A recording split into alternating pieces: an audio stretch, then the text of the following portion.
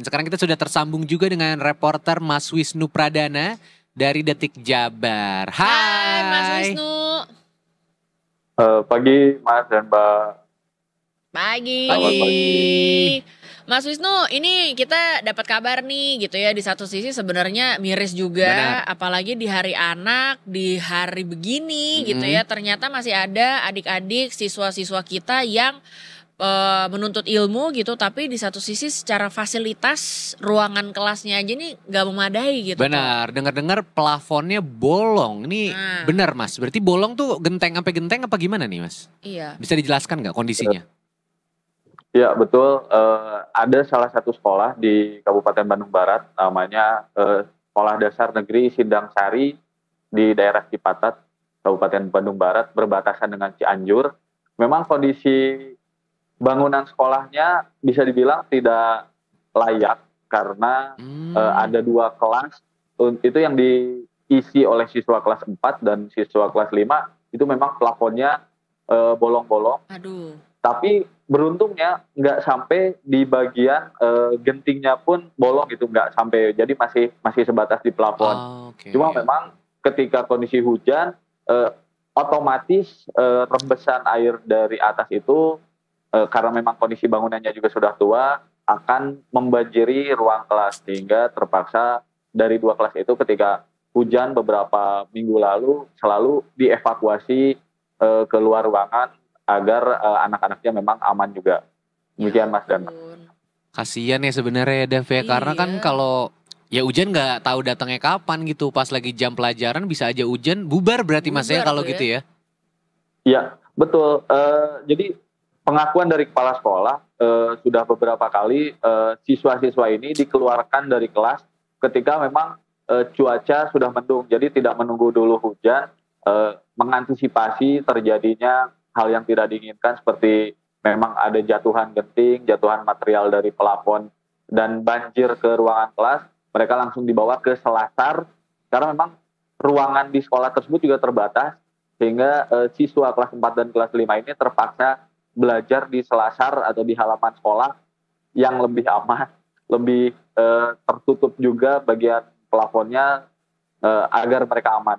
Sejauh ini memang laporannya beberapa kali kejadian seperti itu. Walaupun mungkin bisa dibilang lebih aman gitu daripada di kelas, tapi tetap yang namanya kegiatan belajar mengajar pasti terganggu juga gitu sebenarnya ya, karena kan harus keluar ruangan, harus pergi ke selasar juga. Sebenarnya kondisi ini sudah berapa lama ya Mas ya? Ya, informasinya ruangan kelas ini, sekolah ini tuh sebetulnya dari tahun 80-an, sempat direnovasi di tahun 2009, mungkin karena memang usia dan material renovasi bangunan kala itu memang bukan kualitas yang paling bagus, sehingga hanya dalam jangka waktu sekitar 10-15 tahun bangunan sudah mulai rusak. Awal-awal kerusakan terjadi di tahun 2018. Saat itu memang sudah ada laporan ke Dinas Pendidikan, namun belum ada respon, sampai akhirnya kerusakan semakin parah di zaman COVID. Karena ruangan kelas ini kan 2 tahun tidak ditempati ketika pandemi COVID dengan perawatan yang minim dan juga anggaran yang minim.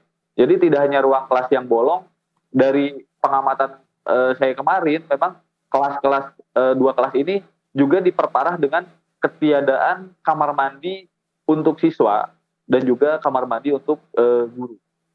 Waduh, lalu kalau mau ke toilet gimana tuh Mas? Jadi kamar mandinya ada, cuma tidak ada pintu, tidak ada atap, jadi hanya mengandalkan ditutup ala kadarnya dengan kain, termasuk untuk guru menggunakan kamar mandi yang seperti itu juga. Oke, ya ini udah gimana ya? Ada tanggapan nggak Mas? Sebenarnya ini kan berarti salah satu tanggung jawabnya dari Dinas Pendidikan Kabupaten Bandung Barat. Tanggapannya terkait kondisi ini bagaimana dan apakah akan diperbaiki Mas? Ya, kabar baiknya memang akan diperbaiki di anggaran perubahan pemerintah Kabupaten Bandung Barat antara di tahun 2025 ini atau 2026, karena dalihnya mereka terkendala dengan penghapusan dana alokasi khusus di tahun ini, yang juga memang disebabkan oleh efisiensi anggaran, sesuai arahan dari pemerintah, dan tidak adanya bantuan dari Gubernur Jawa Barat juga karena alokasi anggaran yang dihapus sesuai arahan pemerintah untuk efisiensi. Jadi memang ada ratusan ruang kelas yang menunggu untuk diperbaiki, itu juga karena ada penghapusan sekitar 90 miliar dana yang biasanya dikantongi Dinas Pendidikan untuk melakukan perbaikan. Tapi untuk sekolah ini memang informasinya 2025 atau 2026 sudah dilakukan perbaikan. Ini kalau kita ngomongin soal efisiensi, itu berarti sebenarnya anggarannya efisiensi itu di 2025 ya? Iya, udah mulai dari tahun ini, betul. Maksudnya kan sebenarnya ini rusaknya udah lama gitu, ya betul. 2025 gitu ya. Apakah dengan sudah ini juga ada di Detik Pagi, terus mungkin juga sudah diangkat di berbagai media gitu. Apakah kemudian sudah mulai ada tanda-tanda nih Mas gitu bahwa ini kayaknya akan segera terrealisasi perbaikannya atau semacamnya? Kalau terrealisasi mungkin memang tetap masih harus menunggu anggaran perubahan. Karena kemarin dari Dinas Pendidikan baru sekadar melakukan monitoring oleh konsultan bangunan dan memang diakui terjadi kerusakan. Cuman kami juga belum dapat informasi lebih lanjut kapan pastinya bulan untuk perbaikan ruangan kelas ini dilaksanakan. Cuman yang pasti akan dilakukan ketika anggaran perubahan ini sudah diketuk oleh DPRD Kabupaten Bandung Barat di akhir tahun 2025 atau di tahun 2026 mendatang. Oke. Aduh. Jujur sedih banget sih ngeliatnya, kayak nggak tega gitu ya. Oke deh Mas, berarti ada rencana alternatif kah sementara misal meminjam ruangan di sekolah lain? Iya. Karena ini kan selain kenyamanan, keamanan pun terganggu. Betul. Gitu. Oh sorry punten Mas, ini ada berapa siswa ya yang terdampak situasi ini? Untuk di 2 ruangan kelas ini tuh ada sekitar 60. Dengan jumlah siswa dari kelas 1 itu hanya sekitar 190-an, dan memang ini salah satu sekolah yang juga kekurangan murid. Sedikit mendaftar di SPMB kemarin mungkin karena bangunan sekolah yang juga memang kurang layak. Oke, jadi ada tercepatnya Mas, apakah akan minjam sekolah lain gitu bangunannya untuk kegiatan belajar mengajarnya atau seperti apa? Sejauh ini nggak ada informasi untuk memindahkan 2 kelas ini ke sekolah lain.